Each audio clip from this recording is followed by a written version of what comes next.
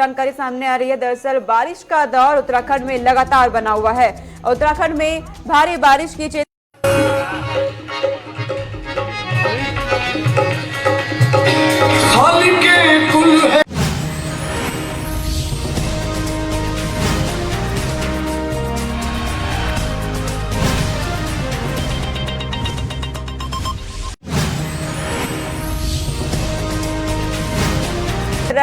कि लोग इस वक्त सतर्क रहे। प्रशासन लोगों से अपील कर रही है कि पहाड़ी क्षेत्रों में जाने से बचें, क्योंकि उत्तराखंड में जिस तरीके से भारी बारिश का दौर इस वक्त चल रहा है, चेतावनी जारी की जा रही है लगातार मौसम विभाग की तरफ से कि मौसम पल पल बदल रहा है और करवट ले रहा है।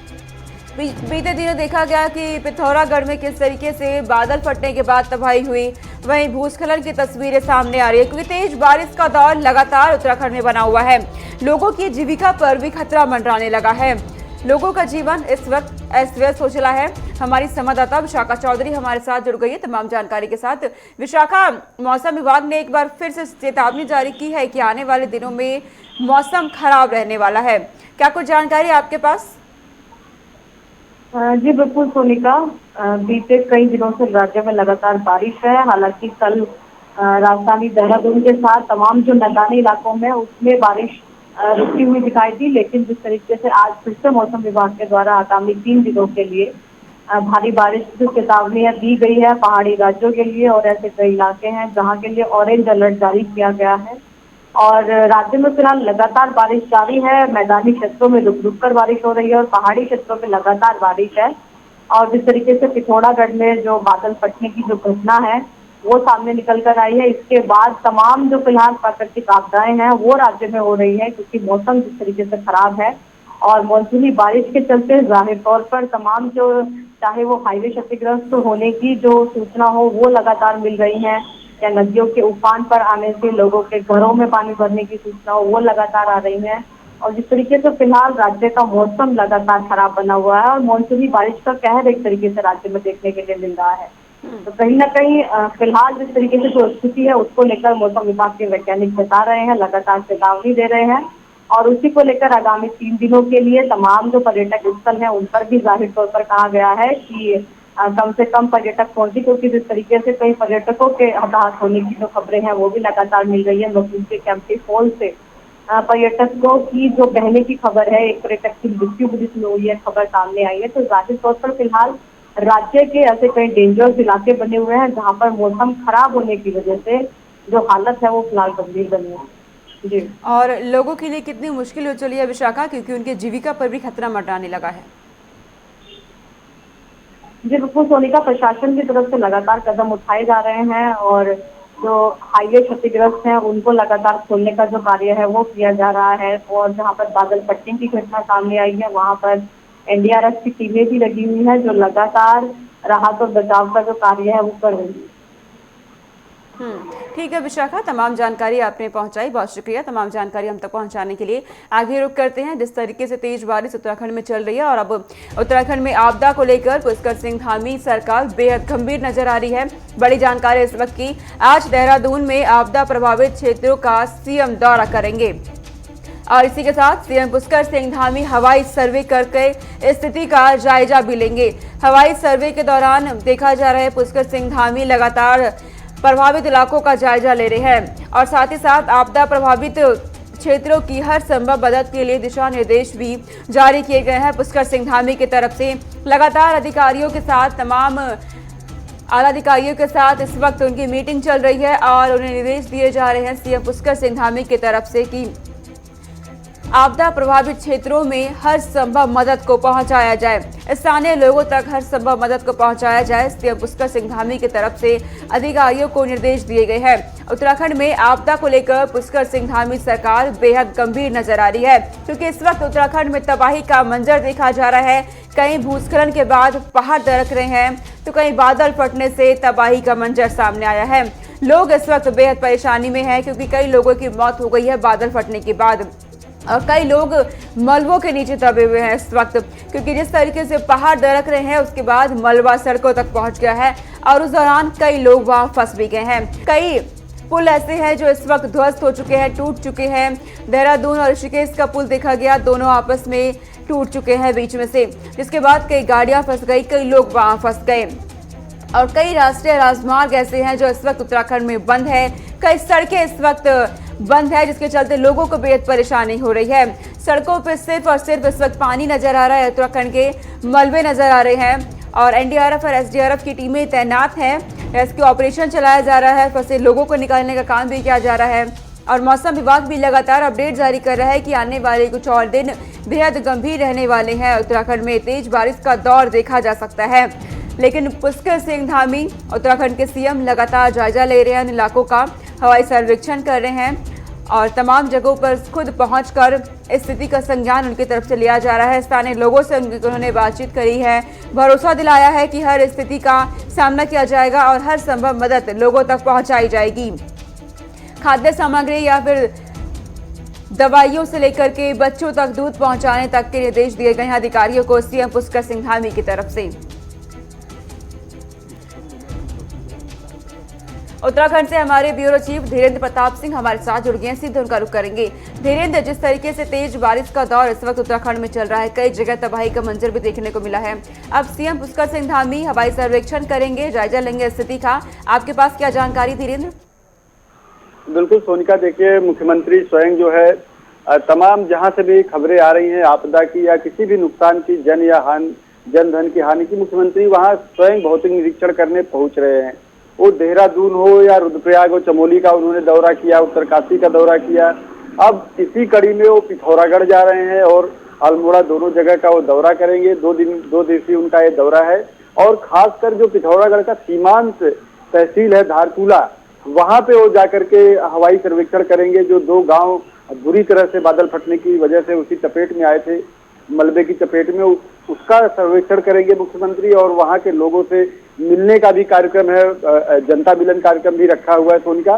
तो एक तरह से मुख्यमंत्री पुष्कर सिंह धामी स्वयं, जैसे आपने देखा होगा इसके पहले जब तीरथ सिंह रावत थे तो कोरोना के रोगियों के अस्पताल में स्वयं पीपी किट पहन के पहुंच जाते थे, तो उसी की तर्ज से पुष्कर सिंह धामी भी कहीं भी कोई सूचना आती है आपदा की तो पहले तो स्वयं वो अधिकारियों को अलर्ट करते हैं और जानकारी लेते, वीडियो कॉन्फ्रेंसिंग के माध्यम से जुड़ते हैं और उसके तत्काल बाद वो खुद वहां पहुंचते हैं। वो चाहे ऋषिकेश के रानी पोखरी के पुल टूटने का मामला हो या देहरादून में संतला देवी के आसपास जो बादल फटने की घटना हुई, वहां भी मुख्यमंत्री स्वयं पहुंचे।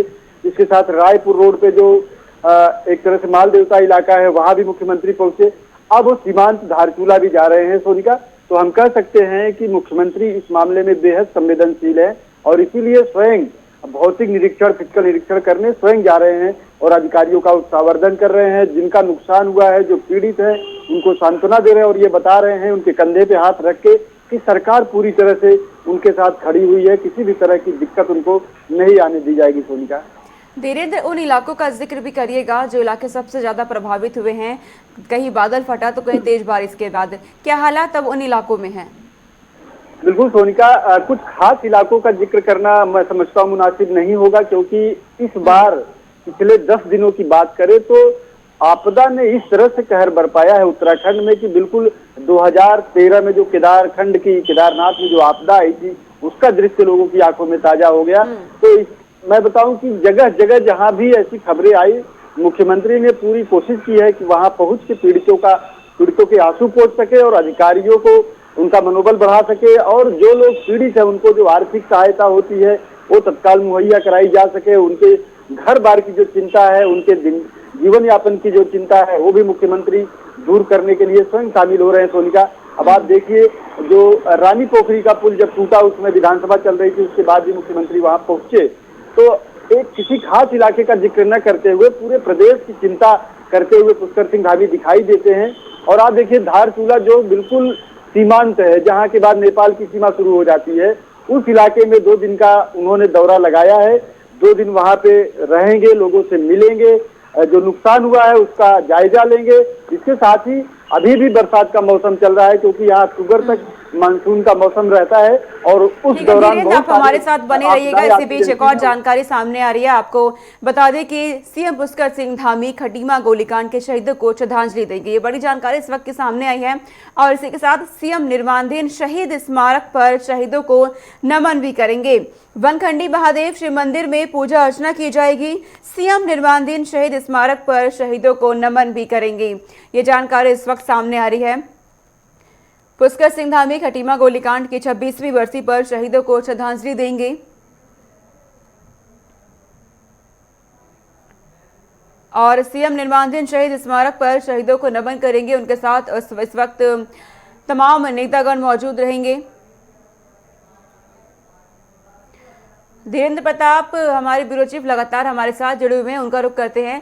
धीरेन्द्र, खटीमा गोलीकांड पर 26वीं बरसी पर शहीदों को श्रद्धांजलि दी जाएगी सीएम की तरफ से, क्या कुछ कार्यक्रम इस दौरान तय किए गए हैं? बिल्कुल सोनिका, मैं बता दूं कि जो 2 दिन का मुख्यमंत्री का कार्यक्रम जारी हुआ है उसके तहत आज वे धारचूला रहेंगे और कल खटीमा गोलीकांड के शहीदों को नमन करेंगे और उसके बाद अपने गांव नगला तराई भी मुख्यमंत्री जाएंगे और वहां पे जो स्थानीय मुख्यमंत्री कार्यालय है, उस कैंप कार्यालय है, वहां भी बैठेंगे और जनता से मिलेंगे, अपने क्षेत्र के लोगों की समस्याओं से रूबरू होंगे और उनकी समस्याओं को दूर करने के लिए अधिकारियों को निर्देश देंगे। इसके साथ ही शहीद स्मारक पे जाएंगे और वहां पे शहीदों को श्रद्धांजलि देंगे। इसके साथ ही वहां पे जो एक शिव मंदिर है उस पर भी सीएम जाएंगे और वहां भगवान शिव की पूजा अर्चना भी करेंगे। तो उनका अभी हमको यही जानकारी मिली है। अब देखने वाली बात है कि कल इस कार्यक्रम के तहत मुख्यमंत्री क्या क्या करते हैं, लेकिन शहीदों को लेकर के मुख्यमंत्री काफी गंभीर रहे हैं और यहाँ भी जब से मुख्यमंत्री बने हैं, चाहे देहरादून का शहीद स्मारक हो या जो 5वां धाम सैन्य धाम देहरादून में बनाया गया हो, वहाँ बगाहे बगाहे जाते रहते हैं। तो उसी कड़ी में वो कल खटीमा गोलीकांड के शहीदों को श्रद्धांजलि देंगे। ठीक है धीरेन्द्र, तमाम जानकारी आपने दी, बहुत शुक्रिया धीरेन्द्र हमारे साथ जुड़ने के लिए। आगे रुक करते हैं, आपको बता दें कि उत्तराखंड में कोरोना कर्फ्यू को एक बार फिर से बढ़ा दिया गया है। बड़ी जानकारी सामने आई है। 7 सितंबर तक के लिए कोविड कर्फ्यू को बढ़ा दिया गया है।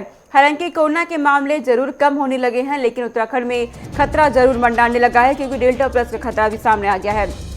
बड़ी जानकारी आपको दे रहे हैं। उत्तराखंड में कोरोना कर्फ्यू को 7 सितंबर तक के लिए बढ़ा दिया गया है और उत्तराखंड में प्रवेश के लिए कोविड नेगेटिव रिपोर्ट लाना अनिवार्य रखा गया है। शव यात्रा में 50 लोगों की मंजूरी दी गई है। पाबंदियां पहले की तरह ही लागू रहेंगी। सैलून और स्पा 50% क्षमता के साथ खुल सकेंगे। बड़ी जानकारी सीधे उत्तराखंड से सामने आई है।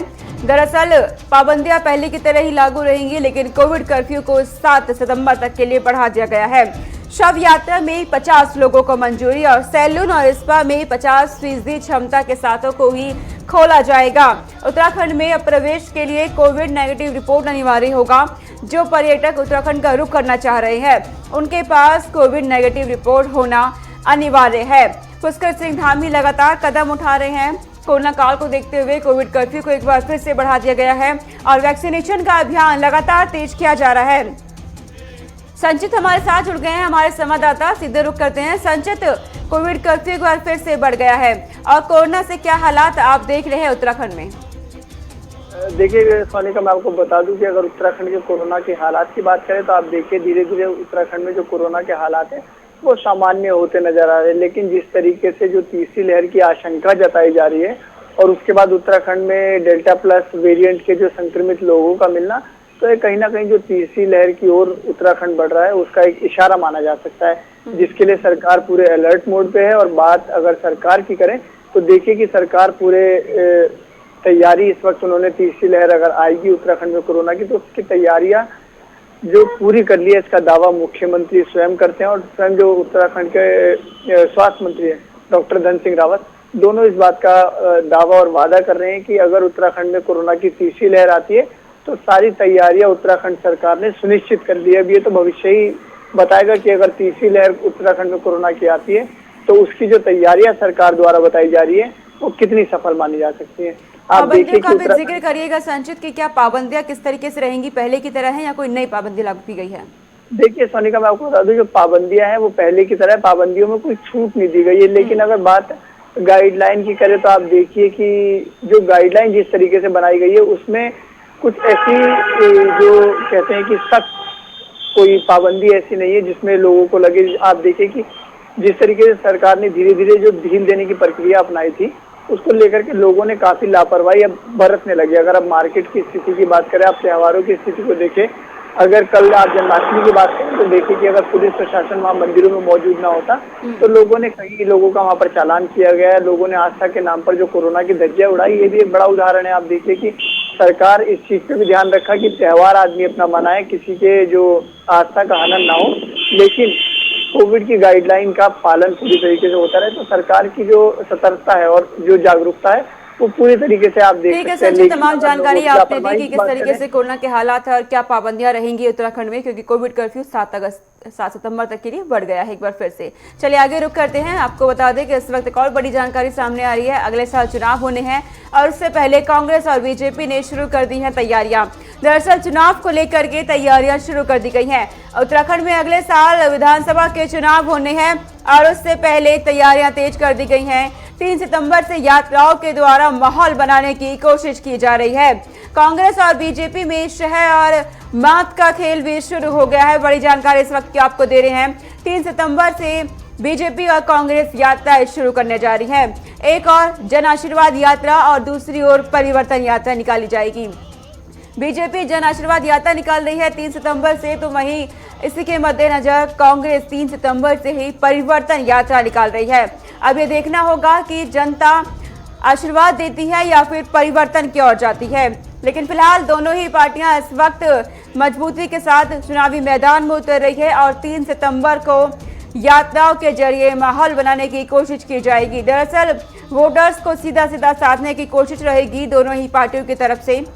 इस वक्त राजनीतिक सरगर्मियां लगातार बढ़ती जा रही हैं उत्तराखंड के अंदर। जन आशीर्वाद यात्रा निकालने जा रही है बीजेपी 3 सितंबर को और वहीं दूसरी ओर कांग्रेस परिवर्तन यात्रा निकालने जा रही है 3 सितंबर को ही। दोनों ही पार्टियां 3 सितंबर को आमने सामने होंगी और दोनों के बीच कड़ा मुकाबला देखा जाएगा।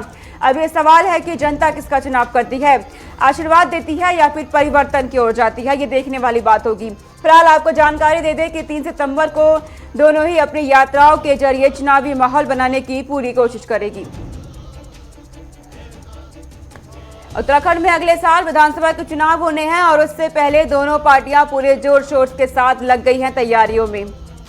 धनराज गर्ग हमारे संवाददाता हमारे साथ जुड़ गए हैं तमाम जानकारी के साथ। धनराज, 3 सितंबर को दोनों ही पार्टियां बीजेपी और कांग्रेस यात्राएं निकाल रही हैं। क्या लगता है बीजेपी को जन आशीर्वाद यात्रा के जरिए क्या आशीर्वाद मिलेगा या फिर कांग्रेस के परिवर्तन यात्रा के जरिए जनता परिवर्तन की ओर जाने वाली है? जी सोनिका, बिल्कुल जिस तरीके से उत्तराखंड में 2022 का चुनाव नजदीक आता जा रहा है तो कहीं ना कहीं बीजेपी और कांग्रेस लगातार अपने जो यात्रा है उनको बढ़ावा दे रहे हैं। बैठकों का दौर लगातार बीजेपी और कांग्रेस में दोनों में ही जारी है और जिस तरीके से देखा जाए कि अब 30 सितंबर से की बात करें तो कल से जो उनकी यात्राएं शुरू हुई है वो कहीं ना कहीं आगे तक चलेंगी और तमाम जो दोनों पार्टियां हैं वो कहीं ना कहीं वोटरों को लुभाने के लिए तमाम यात्राएं निकाली जा रही हैं। और जिस तरीके से बीजेपी और कांग्रेस भी लगातार आमने सामने भी अब नजर आ रही है कि बीजेपी कांग्रेस पे निशाना साध रही है तो कांग्रेस बीजेपी पर निशाना साध रही है। जिस तरीके से कांग्रेस के नेताओं को कहना है कि बीजेपी चाहे कोई भी यात्रा निकाल ले, चाहे कोई भी नेता उत्तराखंड में बुला ले, लेकिन इस बार बीजेपी दोबारा सत्ता में आने वाली नहीं है। तो वहीं बीजेपी का भी साफ तौर पर कांग्रेस पर निशाना है कि कांग्रेस की जो रणनीति है उसको जनता समझती है और तमाम जिस तरीके से पिछली बार भी 2017 के चुनाव में भी कांग्रेस को बाहर का रास्ता जनता ने दिखाया था तो इस बार भी बाहर का रास्ता कांग्रेस को जनता दिखाएगी। जी